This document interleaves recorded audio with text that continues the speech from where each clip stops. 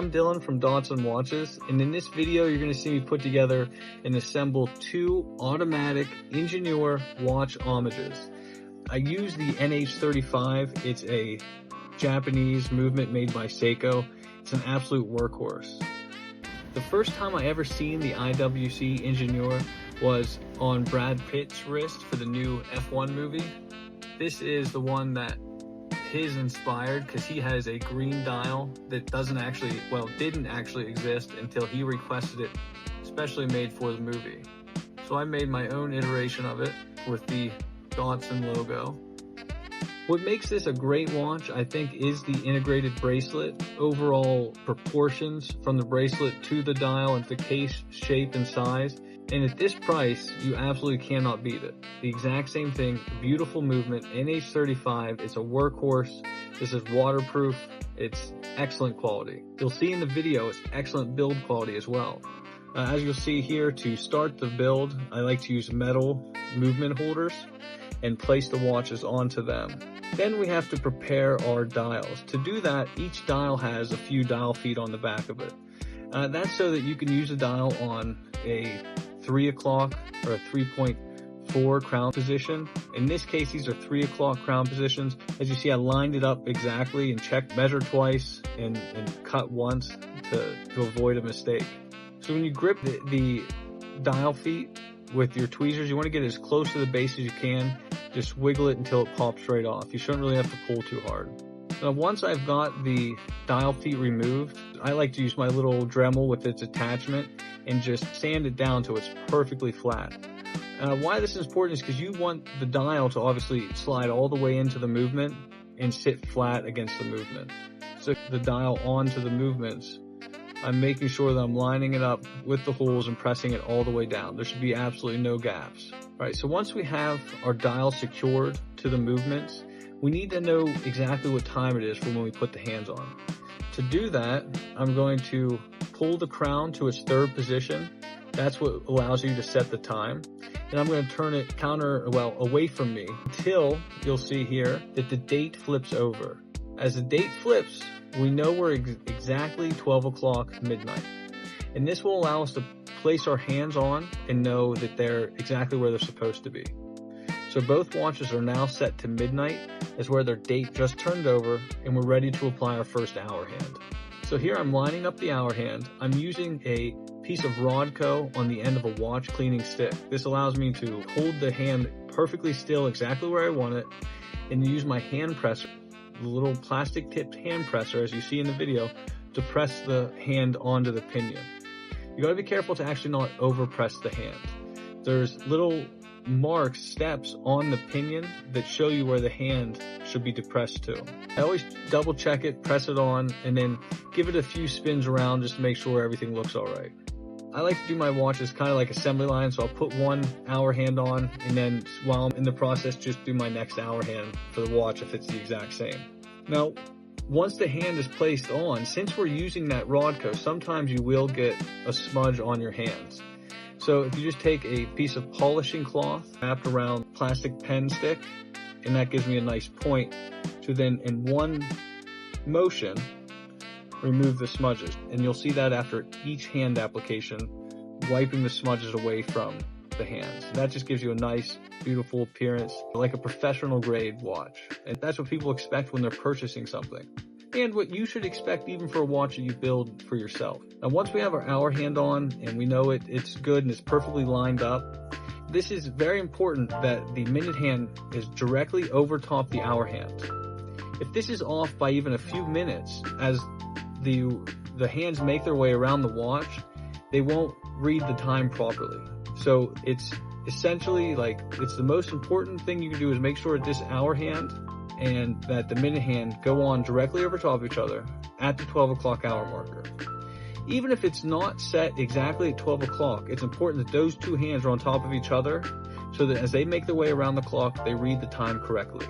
I will not pull the hands off of a watch that flips its date 3 or 4 minutes early or 3 or 4 minutes late, but I will pull the hands off and redo them if they're not set to where the time reads. So how to test that, and what you're seeing in the video as I flip this around, is making sure that at 12 o'clock, the hands both point at 12 o'clock. At 3 o'clock, there's a perfect 90-degree angle.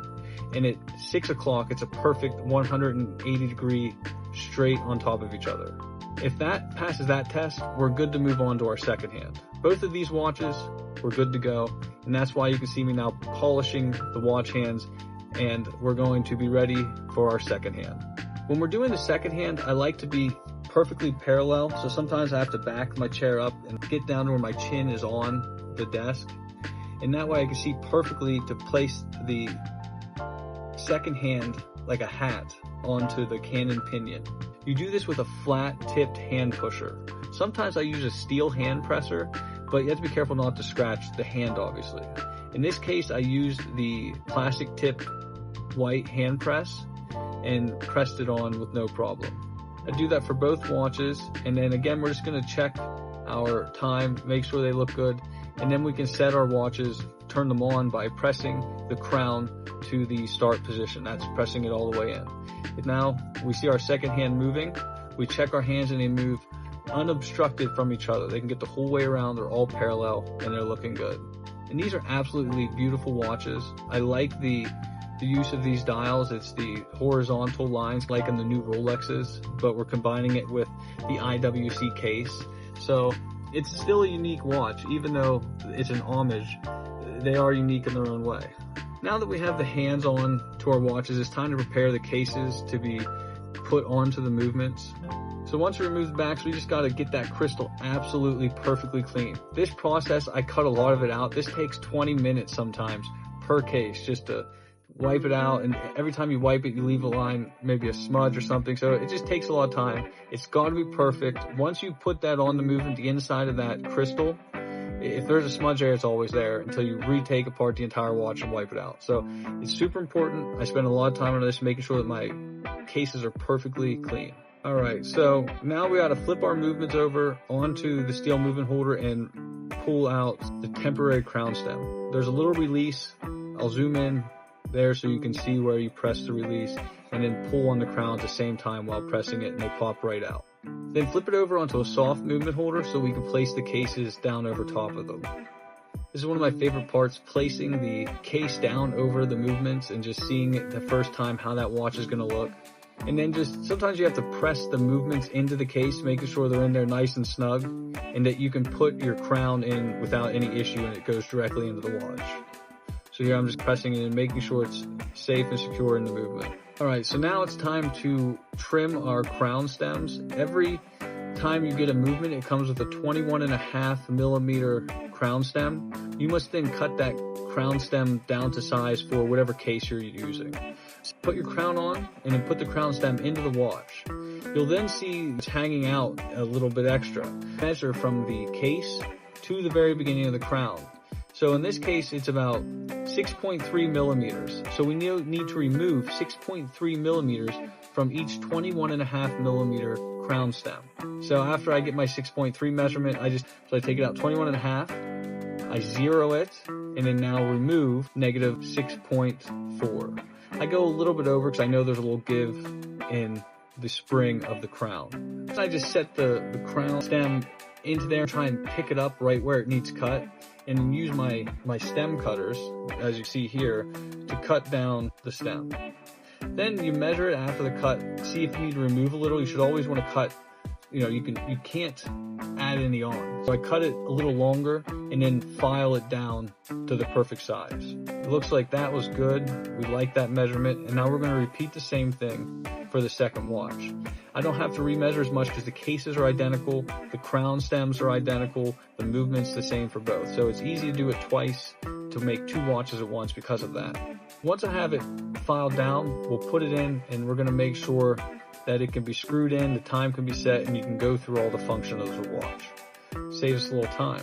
All right, so now we know our crowns are perfect size. We just want to make sure, again, that we can get them, do everything we need to do with the watch, set the watch, make sure it comes out far enough that you can press it in and the watch actually starts. Sometimes you can have it too short to where when you pull it out, set your time, and press it back in, it won't press all the way in and start the movement. So be careful of this before we glue our crown. We're going to double and triple check works properly. So here, that's me checking both watches. It looks like satisfactory. I'm good with them. Now in this case, it was hard to screw it in, the crown. It felt like it was having trouble. So I'm applying just a little bit of lubricant, the threading, so that the crown will go on and off very easily. You don't have to do that on every watch, but on this one, it did need a little bit of grease. So now that I'm sufficiently happy with our crowns, I know they're gonna work, I'm confident that I can Loctite these crowns. We use a blue medium Loctite so that it can be heated if we ever need to replace the crown stem. Sometimes it does happen, the crown stem will break off, when a watch drops. We use medium Loctite for that reason.